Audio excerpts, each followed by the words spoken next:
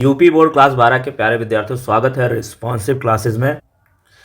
हिंदी का model paper है जो आपकी 18 फरवरी एग्जाम के लिए बहुत ही महत्वपूर्ण है, क्योंकि यहाँ से आपके सभी प्रश्न फंसने वाले हैं। 2026 हिंदी यानी कि साहित्यिक हिंदी, दो हिंदी होती है आपकी, साहित्यिक हिंदी और सामान्य हिंदी।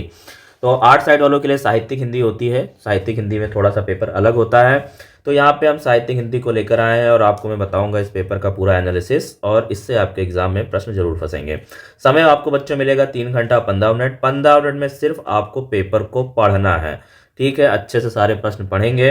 निर्देश की बात करें तो सामान्य निर्देश में प्रारंभ के 15 मिनट परीक्षार्थियों को प्रश्न पढ़ने के निर्धारित किया गया है, और इस प्रश्न पत्र में 2 खंड है। दोनों खंडों के सभी प्रश्नों के उत्तर देना अनिवार्य है। खंड का जिसमें बहुविकल्पीय प्रश्न होते हैं। तो चलिए स्टार्ट करते हैं। इससे पहले सभी लोग वीडियो को लाइक कर दें, चैनल को सब्सक्राइब कर दें, ताकि मेरे द्वारा अपलोड की गई वीडियो का नोटिफिकेशन आपको सबसे पहले मिले। खंड का जो पहला प्रश्न है इसको हम देखेंगे। पहला प्रश्न का पहले प्रश्न का वाला पार्ट है, कौन सी रचना राम वृक्ष वेणीपुरी की नहीं है। तो बच्चों आप नहीं पे जोर देंगे, ऐसे प्रश्न जरूर आते हैं जहां पे लिखा होता है नहीं और आप राम वृक्ष पढ़ करके सही उत्तर टिक कर देते हैं, लेकिन ऐसा नहीं करना। हमें नहीं को ध्यान में रखते हुए प्रश्न का उत्तर देना है। तो इसमें से कौन सी रचना राम वृक्ष वेणीपुरी की नहीं है। तो पतितों का देश, माटी की मूरत, गेहूं बनाम गुलाब, ये सभी राम वृक्ष वेणीपुरी की रचना है। लेकिन जो पृथ्वी पुत्र है, पृथ्वी पुत्र राम वृक्ष वेणीपुरी की रचना नहीं है। ये रचना वासुदेव शरण अग्रवाल की है। ऑप्शन नंबर चौथा सही हो जाएगा। चलिए बढ़ते हैं अगले प्रश्न पे। अगला प्रश्न है बच्चों, वैदिकी हिंसा हिंसा न भवति के लेखक है। वैदिकी हिंसा हिंसा न भवति के लेखक है। क्या भारतेंदु हरिश्चंद्र जी है, या पंडित प्रताप नारायण मिश्र हैं, माखन लाल चतुर्वेदी हैं, या फिर किशोरी लाल गोस्वामी हैं। तो इन चारों में से कौन सा उत्तर सही होगा। तो मैं आपको बता दूं, वैदिकी हिंसा हिंसा न भवति के लेखक है पंडित प्रताप नारायण मिश्र। ऑप्शन नंबर दूसरा सही हो जाएगा। चलिए बढ़ते हैं गा वाले प्रश्न पे। कन्हैया लाल मिश्र प्रभाकर की रचना है। कन्हैया लाल मिश्र प्रभाकर की रचना है। क्या विचार प्रवाह है, माटी हो गई सोना है, परख है, या फिर साहित्य और समाज है।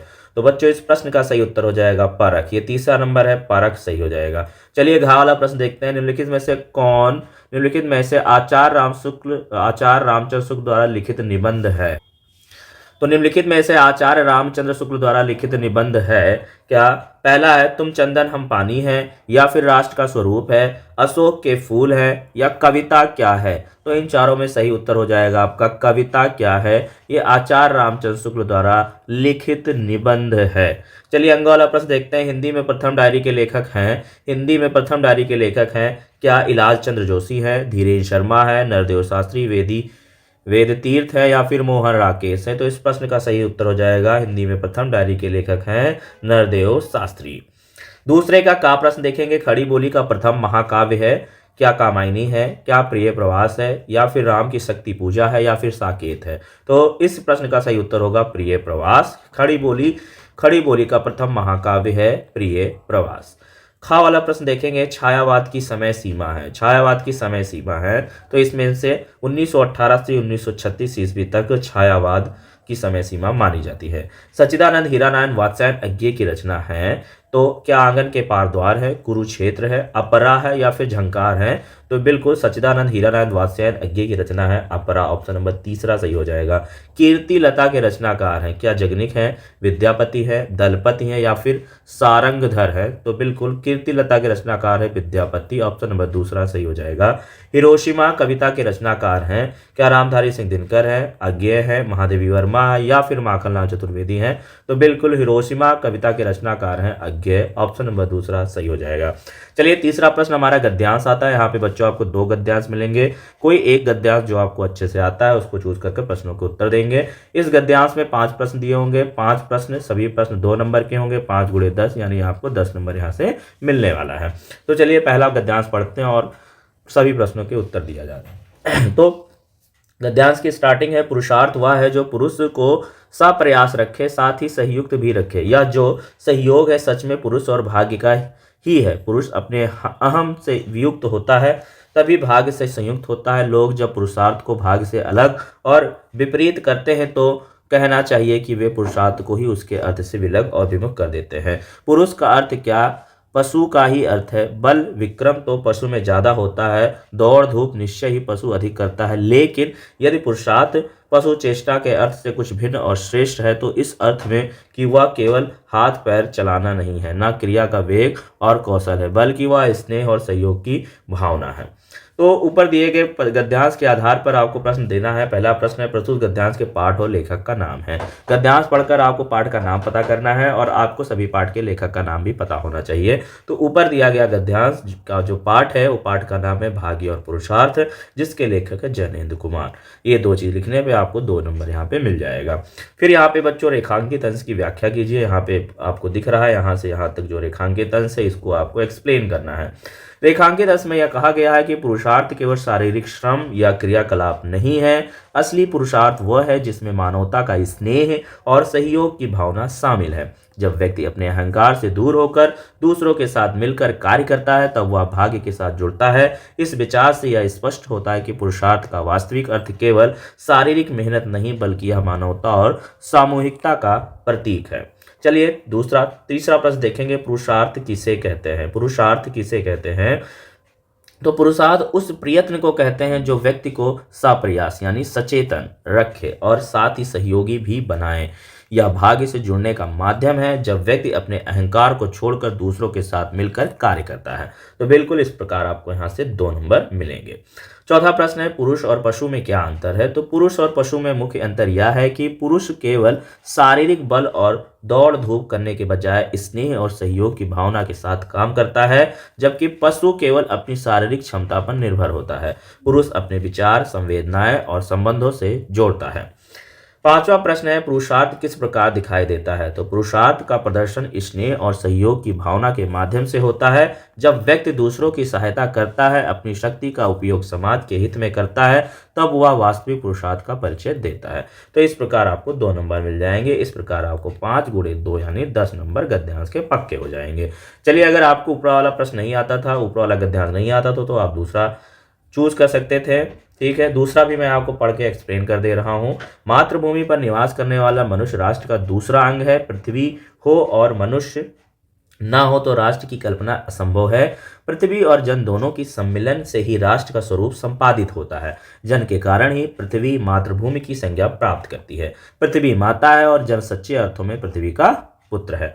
तो उपर्युक्त पाठ को पढ़ करके, उपर्युक्त गद्यांश को पढ़ करके आपको पाठ का नाम पता करना है और उसके लेखक का नाम बताना है। पहला प्रश्न सभी गद्यांशों के लिए कॉमन होगा। तो पाठ का शीर्षक और लेखक का नाम लिखिए। तो प्रस्तुत गद्यांश के पाठ का शीर्षक क्या है? राष्ट्र का स्वरूप। वेरी इंपॉर्टेंट है ये चैप्टर। और इसके लेखक हैं वासुदेव शरण अग्रवाल। चलिए, राष्ट्र की कल्पना कब असंभव है? तो यदि पृथ्वी हो, मनुष्य ना हो तो राष्ट्र की कल्पना असंभव है। तीसरा प्रश्न पूछा गया है, पृथ्वी और जन दोनों मिलकर क्या करते हैं? पृथ्वी और जन दोनों मिलकर राष्ट्र का स्वरूप संपादित करते हैं। पृथ्वी, चौथा प्रश्न है, पृथ्वी कब मातृभूमि की संज्ञा प्राप्त करती है? तो पृथ्वी मातृभूमि की संज्ञा जन यानी मनुष्य के कारण ही प्राप्त करती है। रेखांकित अंश की हम व्याख्या देखेंगे। तो क्या है रेखांकित अंश की व्याख्या? जिस प्रकार माता हमें जन्म देती है, पालन पोषण करती हैं, हमें प्यार करती हैं, इस प्रकार पृथ्वी हमें अन्न देती है। इसकी धूल में हम खेल कर बड़े होते हैं, इसकी हवा में हम सांस लेते हैं और पृथ्वी एक माता के ही समान हमारा पालन पोषण करती है। अतः पृथ्वी एक माता के समान और मनुष्य सच्चे अर्थों में पृथ्वी का पुत्र है। चलिए, चौथा प्रश्न यहाँ पे है, नीचे दिए गद्यांश पद्यांश पर आधारित निम्नलिखित प्रश्नों के उत्तर। तो जिस प्रकार आपका गद्यांश 10 नंबर का आया था उसमें 2 ऑप्शन दिए गए थे, वैसे ही पद्यांश होगा। पद्यांश भी यहाँ पे 10 नंबर का होगा। 5 प्रश्न पूछे जाएंगे, 2-2 नंबर के, 5 × 10 यानी 10 नंबर का होगा। इसमें भी आपको एक ऑप्शन में मिलेगा। तो चलिए हम पहला पद्यांश पढ़ते हैं।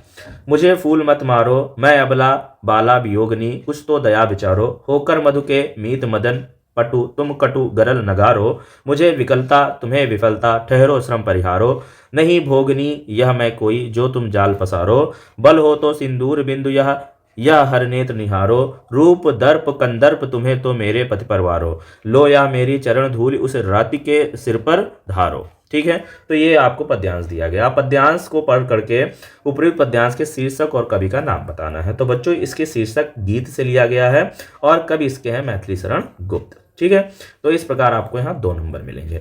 फिर यहाँ पे पूछा है रेखांकित अंश की व्याख्या कीजिए। जो ऊपर के रेखांकित अंश है इसको आपको एक्सप्लेन करना है। तो इसका एक्सप्लेनेशन क्या है बच्चों? उर्मिला, सभी लोग वीडियो को लाइक कर दें, चैनल को सब्सक्राइब कर दें।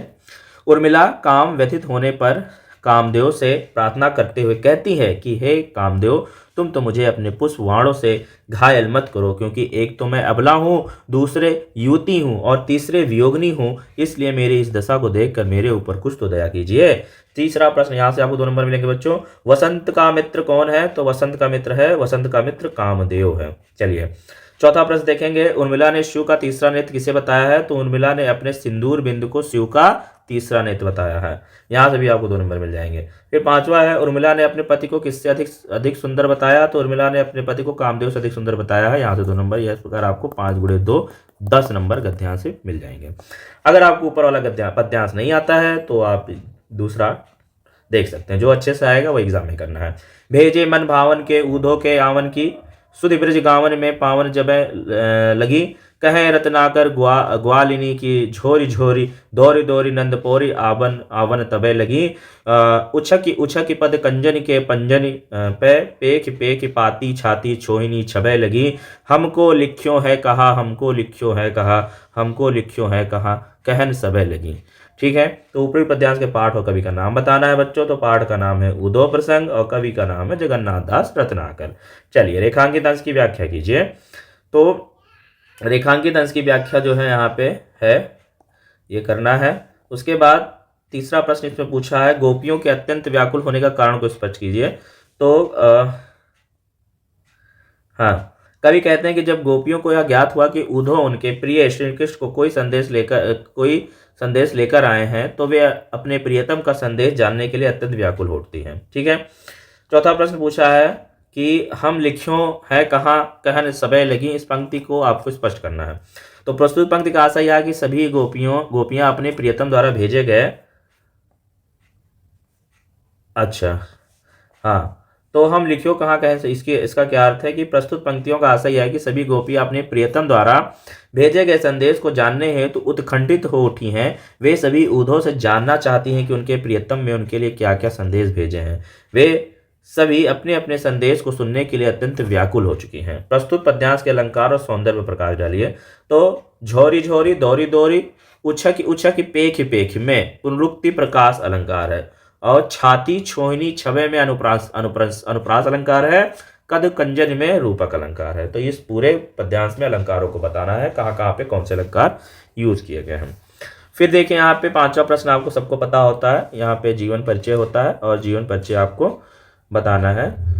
तो इसमें से किसी एक का जीवन परिचय आपको 80 शब्दों में लिखना है। 5 नंबर का आएगा कृतियों का, जीवन परिचय देते हुए कृतियों को उल्लेख करना है। फिर यहाँ पे आपको किसी एक कवि का, जयशंकर प्रसाद, रामधारी सिंह, सुमित्रानंद पंत, किसी एक कवि का जो है जीवन परिचय देते हुए कृतियों को उल्लेख करना है। 6 नंबर का आएगा, नहीं सॉरी 5 नंबर, 3 + 2 5 नंबर।